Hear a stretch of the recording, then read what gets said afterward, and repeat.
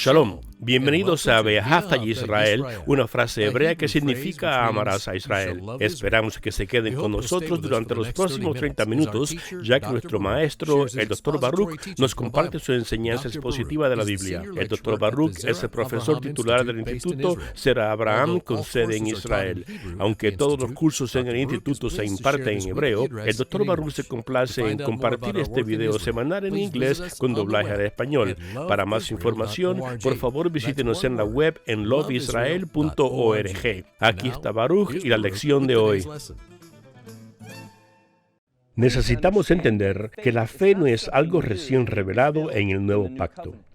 La fe es algo que vemos atravesando el camino desde el libro de Génesis. En nuestro estudio del libro de Gálatas, vimos que Abraham creyó en Dios y Dios se lo atribuyó como justicia. Eso no fue solo porque era Abraham, porque vemos que la misma verdad se revela en el pueblo de Nínive.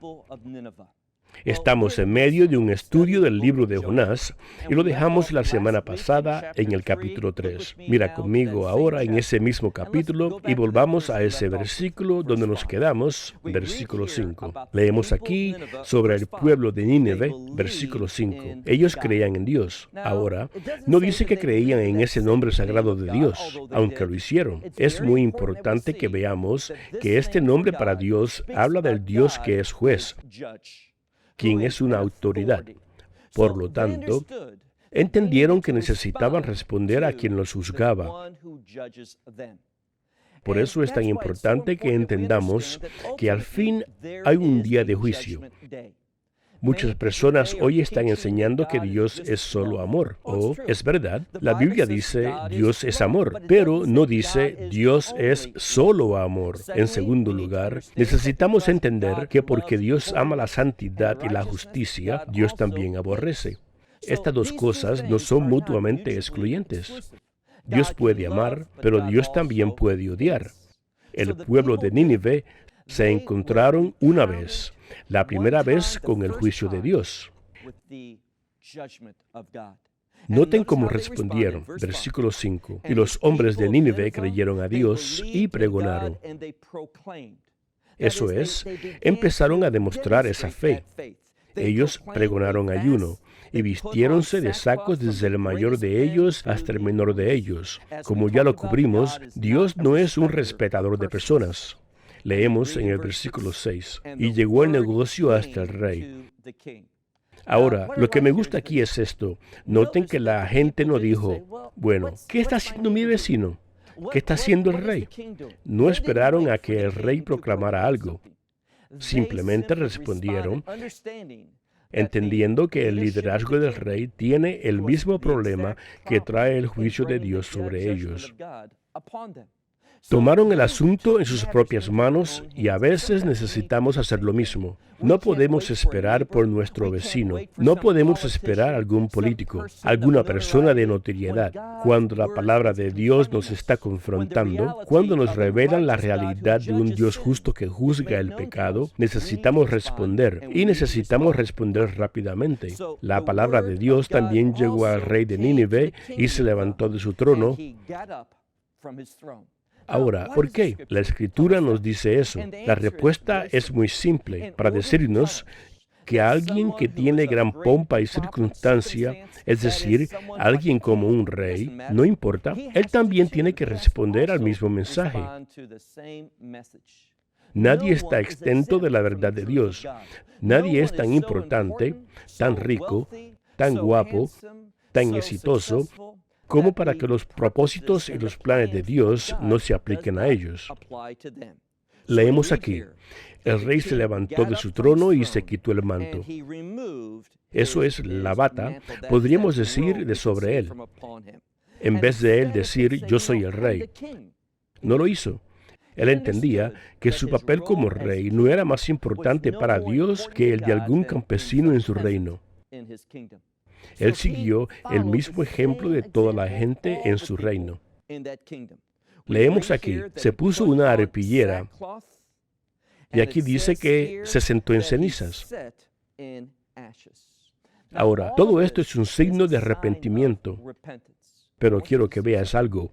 Jonás no los llamó y dijo: arrepentíos o en 40 días esta ciudad será destruida. No había promesa de perdón. No se ofrecía gracia. Todo lo que Dios dijo al pueblo de Nínive a través del profeta fue: en 40 días va a haber un cambio importante. En 40 días esta ciudad va a ser destruida. Cuando oyeron esto, se dieron cuenta de que tenían tiempo. 40 días. Sin promesas, sin garantías, pero 40 días para hacer un cambio.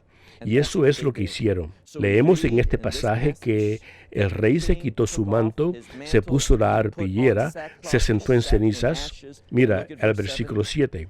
Dice que él pregonó, y él dijo entre Nínive, desde el más grande o la voluntad del rey. Él dice que todos ellos tenían que hacer algo. Él dice que todos ellos tenían que hacer esto. Ambos, el hombre y la bestia, tanto el ganado y el rebaño, que no podían probar nada y no comer nada. ¿Por qué? Dice, ni beber agua. ¿Por cuánto tiempo? Bueno, hasta que Dios se moviera en sus corazones. Lo que vemos aquí es que Él está haciendo una proclamación. No como rey, sino más bien ahora como un hombre que entiende la justicia de Dios. Él fue quien comprendió que tenía que haber un cambio en este reino y comenzó con él. Ese mismo mensaje es tan importante para un padre y un marido, que le entienda y mueva a su familia a seguir lo que Dios quiere que él haga. No comer por un periodo de tiempo y nada de beber. La gente se puso la arpillera, cada hombre, e incluso también la pusieron sobre las bestias, los animales. Clamaron a Dios con poder y aquí dice, y cada hombre, aquí está la llave, y conviértase cada uno de su mal camino, de la rapiña o violencia que está en sus manos. Esta palabra violencia es la palabra jamás. Es una palabra importante. Es una palabra que significa hacer la violencia, no por algún propósito diciendo que tal vez cometiste un crimen violento con el fin de robar algo.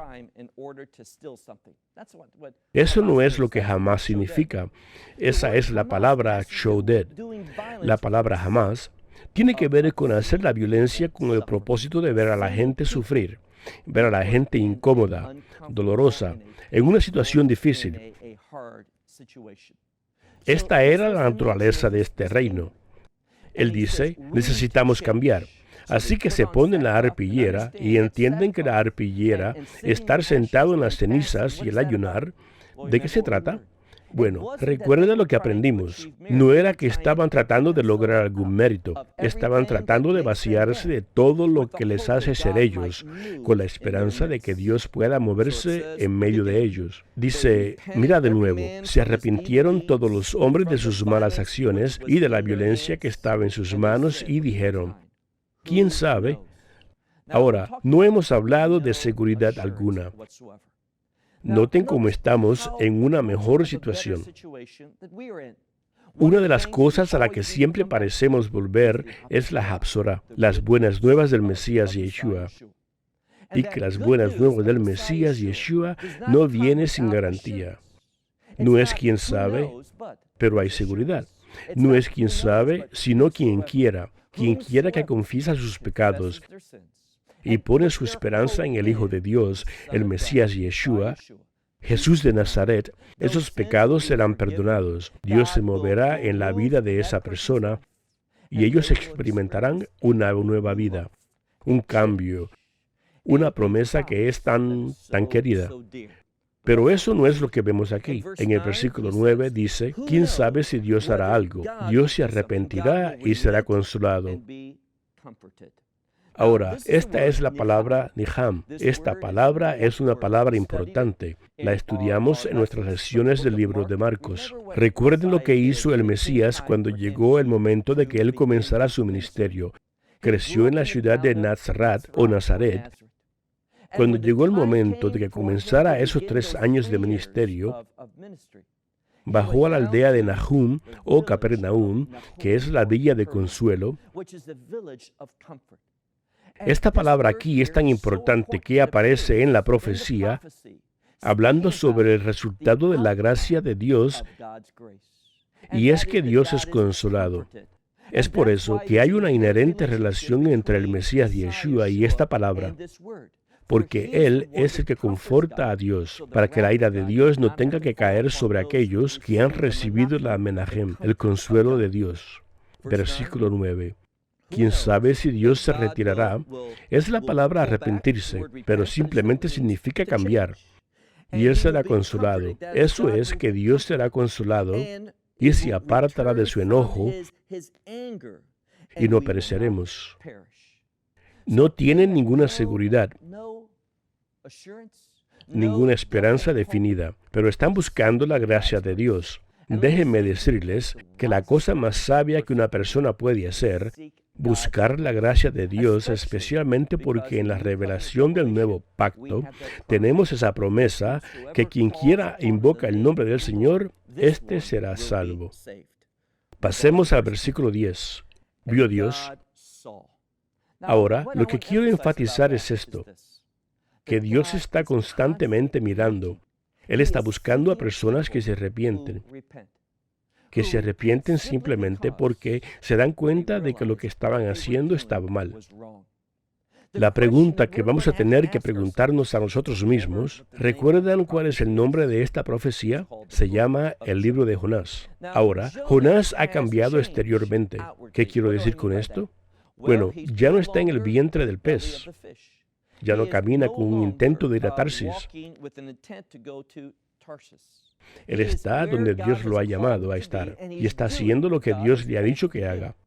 Pero la pregunta es esta: ¿ha traído Dios realmente un cambio en la vida de Jonás? ¿O es que Jonás simplemente, debido a problemas y aflicciones y la presión, está haciendo lo que Dios ha querido que hiciera? Significando, ¿ha cambiado su corazón? Bueno, esa va a ser una pregunta muy importante cuando lleguemos al siguiente capítulo. ¿Vio Dios lo que hicieron? Ahora, mucha gente dice, bueno, la salvación no es por hechos. Eso es exactamente correcto. No es por el valor que se salva uno, pero por la gracia de Dios, cuando utilizamos esa gracia por fe. Pero el punto aquí es que Dios todavía está mirando a los hechos. ¿Por qué digo eso? Si miras en el libro de Apocalipsis, encontrarás que cuando Dios les habla a esas 7 congregaciones en Asia Menor, encontrarás que Él dice, yo sé de tus obras. A cada una de ellas, 7 veces Él dice, conozco tus obras. El resultado de eso es esto, para enseñarnos que hay una relación, hay una conexión entre la fe y las obras. Dios busca el resultado de la fe en sus hechos. Versículo 10. Vio Dios lo que hicieron, que se convirtieron de su mal camino, y Dios fue, aquí está la misma palabra, y arrepintióse o fue consolado. Ahora, aquí de nuevo, esa palabra, como ya he dicho, está inherentemente relacionada con el Mesías, la obra del Mesías, y arrepintióse del mal. ¿Cuál fue el mal que iba a hacer? Tú dices, bueno, ¿hace Dios el mal? No en nuestra definición de esa palabra. Pero esta palabra mal simplemente significa lo que es contrario a su voluntad. No era la voluntad de Dios desde los cimientos de la tierra decir, deseo destruir a esos ninivitas. Esa no es la voluntad de Dios. Esa no es su naturaleza. Eso no es lo que dice la palabra de Dios. El deseo de Dios es que todas las personas se vuelvan del pecado y sean salvos. Lo que tenemos aquí es esto. El resultado del juicio de Dios sobre una persona no es su voluntad, pero porque es santo, porque ama la justicia, porque es un Dios justo, cuando los que andan en pecado, ¿qué dice la Escritura? A medida que siembras, así cosecharás. Leemos en el versículo 10, y arrepintióse Dios del mal que había dicho les había de hacer, y no lo hizo. Hubo un cambio. A cambio en el pueblo de Nínive, un cambio en su rey, un cambio que abarcó toda esa gran ciudad. Pero, ¿qué hay de Jonás? Bueno, vayamos ahora a nuestro capítulo final, capítulo 4. Y leemos aquí que cuando Nínive se arrepintió, y Dios vería eso como bueno, Dios fue confortado por esto. Pero, ¿qué era de Jonás? Quiero que veas que hubo una desconexión entre el profeta y Dios. En el versículo 1 del capítulo 4 leemos: pero Jonás se apesadumbró en extremo y enojóse. ¿Qué significa eso, enojóse? No era su voluntad. Mira, Jonás quería que esta ciudad fuera revolcada por el juicio de Dios y destruida. Él no quería ver un cambio en sus enemigos. Él no estaba orando por sus enemigos. Tenía una cosa: malicia y odio por ellos. Y él quería ver su destrucción. Así que cuando Dios perdonó, esto fue mal a los ojos de Jonás. Dice, fue un gran acto maligno y estaba enojado. Ahora, ¿qué hizo? Oró. Lo que quiero que veas es esto. Él oró, pero en este contexto está realmente quejándose. Jonás estaba infeliz acerca de lo que Dios estaba haciendo, que Dios estaba haciendo lo mismo a Israel. Quiero decir que ahora Él está haciendo lo mismo por los ninivitas, al igual de lo que había hecho con Israel. Versículo 2. Y oró a Adonai y dijo, y oró a Jehová y dijo, ahora, oh Adonai, ¿no es esto lo que yo decía estando aún en mi tierra?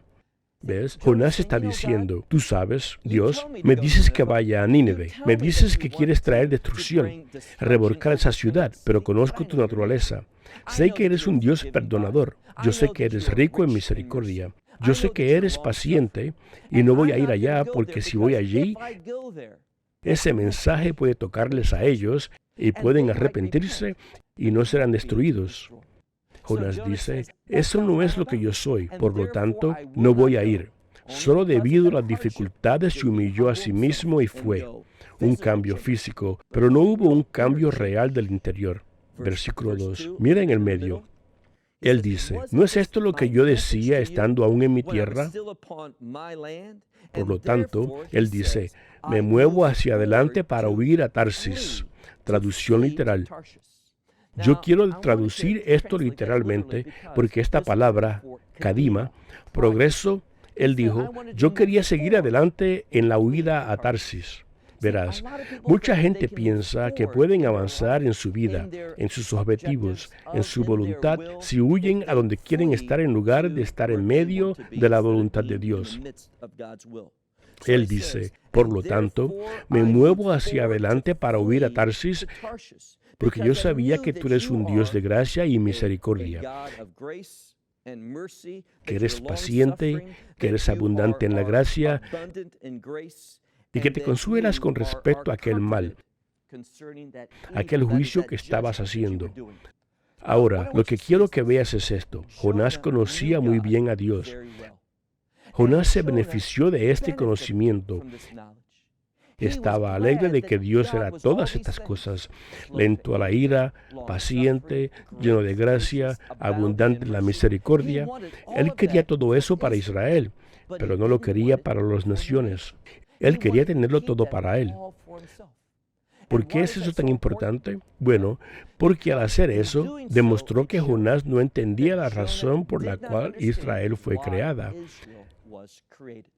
Una de las cosas de las que hablamos casi cada semana en nuestro estudio es el hecho de que Dios creó a Israel de forma sobrenatural para que Israel pudiera ser usado por Dios con el fin de ser una bendición para todas las familias de la tierra. Es decir, Jonás era un ejemplo de Israel y hablamos de ello.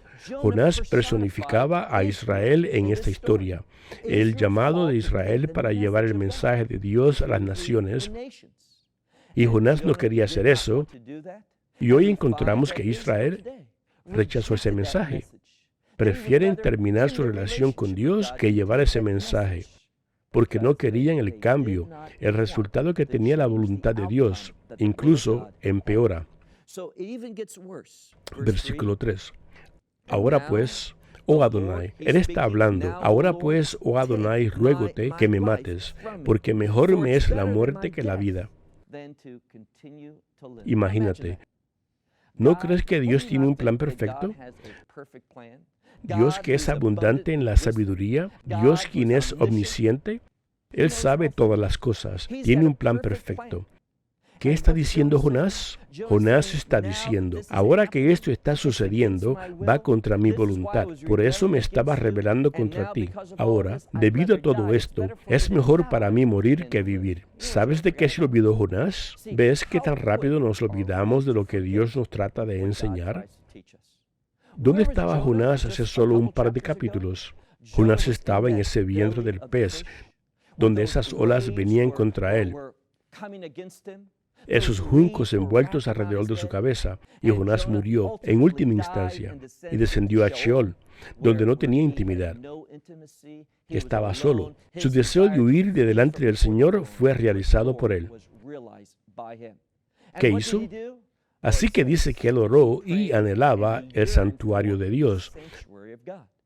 Pero ahora, porque está enojado, está lleno de emoción. No está pensando de acuerdo con las verdades de la Escritura. ¿Qué dice? Él dice, ya sabes, es mejor para mí morir que vivir. Prefiero mejor morir que servirte. ¿Y qué pasa? Bueno, versículo 4. Y Adonai le dijo, ¿haces tú bien? Significando, ¿es mi voluntad? ¿Es correcto que estés tan enojado?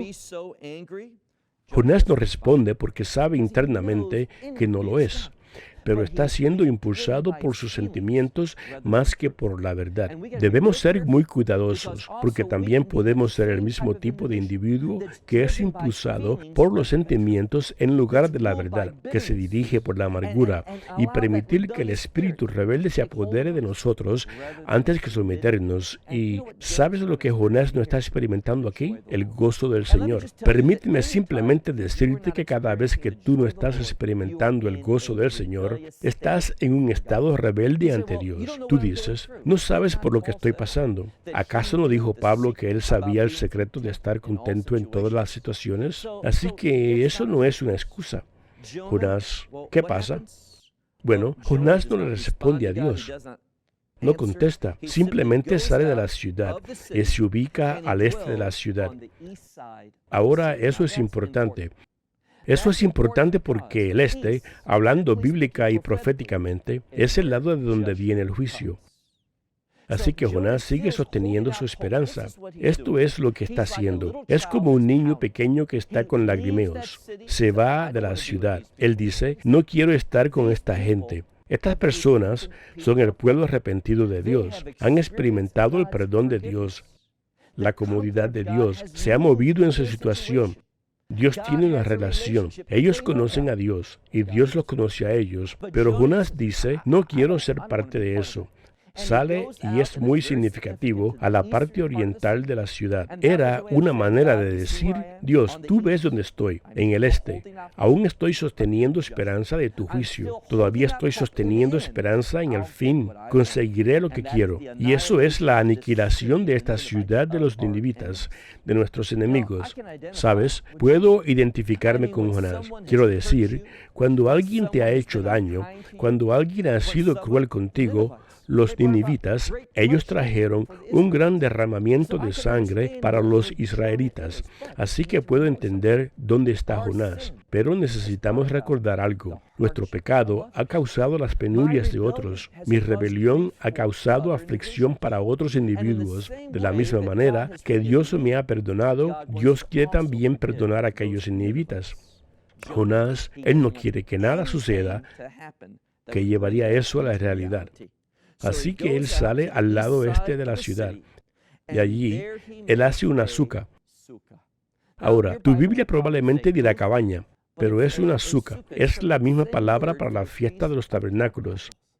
Él hace eso y esa palabra está mostrando dependencia en Dios, pero es una declaración falsa. Jonás está diciendo, confío en ti, Dios. Soy tu hombre, pero tienes que hacer mi voluntad. Nunca trates de negociar con Dios. Nunca pongas condiciones delante de Dios. Te vas a decepcionar. Él se va e hízose allí una choza y se sentó debajo de ella a la sombra. ¿Qué hizo? Aquí dice que él miró hasta ver qué sería de la ciudad. ¿Ves? Él todavía estaba sosteniendo su esperanza de que el juicio de Dios cayera. Versículo 6. Ahora recuerda de lo que hablamos. En este libro, Dios habla y Él designa, y todo obedece a Dios, excepto ¿quién? Jonás. el hombre de Dios. Y miramos el versículo 6 y vemos que preparó Adonai Dios un quicayón o una calabacera. Es un tipo de árbol, un árbol pequeño, la cual creció sobre Jonás para que hiciese sombra sobre su cabeza. Ahora, ¿por qué es eso tan importante? Bueno, recuerden, estamos hablando de Nínive. Estamos hablando de un área asociada con el desierto. Puede ser caliente allí, y Dios proveyó para Jonás en medio de su obediencia. En otras palabras, le mostró a Jonás misericordia, pensando que eso tal vez podría comunicarle que él debería mostrarle misericordia a esta gente de Nínive. ¿Qué pasa? Leemos: para que hiciese sombra sobre su cabeza y le defendiese de su mal. ¿De qué? De maldad. ¿Qué es esa maldad? Eso es el sol caliente.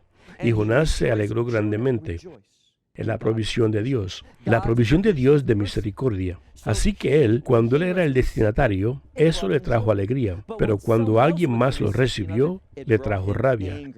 Se alegró grandemente por la calabacera. Ahora, te dije hace unos minutos, ¿dónde está el gozo de Jonás? ¿Dónde está su alegría? No está ahí. Ahora, porque Dios ha hecho algo tan pequeño como para causar que un árbol crezca sobrenaturalmente sobre Jonás, él se regocija, está tan emocionado con eso, pero se pierde ser partidario de una obra más grande de Dios. ¿Qué es eso? Es la obra del perdón de Dios. Cuando Dios toma a la gente que no son un pueblo del pacto, que está morando en la idolatría, alguien que no sabe nada acerca de las verdades de Dios, y los lleva a una relación con Él. Lo había hecho con esos marineros, y ahora Él lo había hecho con esta gran nación de Nínive. Recuerda, todo esto lo leemos ¿en qué día? El día de la expiación. La expiación está inherentemente relacionada con el perdón. El problema es este, que Jonás se ha olvidado del perdón que ha recibido. Ha olvidado su necesidad de expiación. Que la expiación que Israel recibe no es simplemente por el mero hecho de escapar del juicio de Dios. Recuerda de lo que hablamos. Esto se lee en el día de la expiación, y la expiación es con el fin de la adoración, es decir, es para el propósito del servicio, y Jonás ha perdido de vista todo esto. El mensaje de este libro, a medida que continuamos la semana que viene, el mensaje de este libro es este: hasta que entendamos estas simples verdades sobre el perdón y la misericordia de Dios, y poder amar a aquellos con quien estamos en desacuerdo, hasta que recibimos eso, no vamos a ser capaces de ser utilizados por Dios para lograr sus propósitos. Bueno, se me acabó el tiempo. Hasta la próxima semana, cuando continuaremos en este libro de Jonás, el capítulo final, y veamos la misericordia de Dios ofrecida una última vez. Esperamos que te hayas beneficiado del mensaje de hoy y lo compartas con otras personas. Por favor, únete a nosotros cada semana a esta hora y en este canal. Para más información, visítanos en la web en loveisrael.org. Allí encontrarás artículos y numerosas conferencias realizadas por Baruch y enseñanzas en forma de video que puedes descargar o ver online. Hasta la semana próxima, que el Señor te bendiga en nuestro Mesías Yeshua, Jesús, mientras caminas con Él. Shalom desde Israel.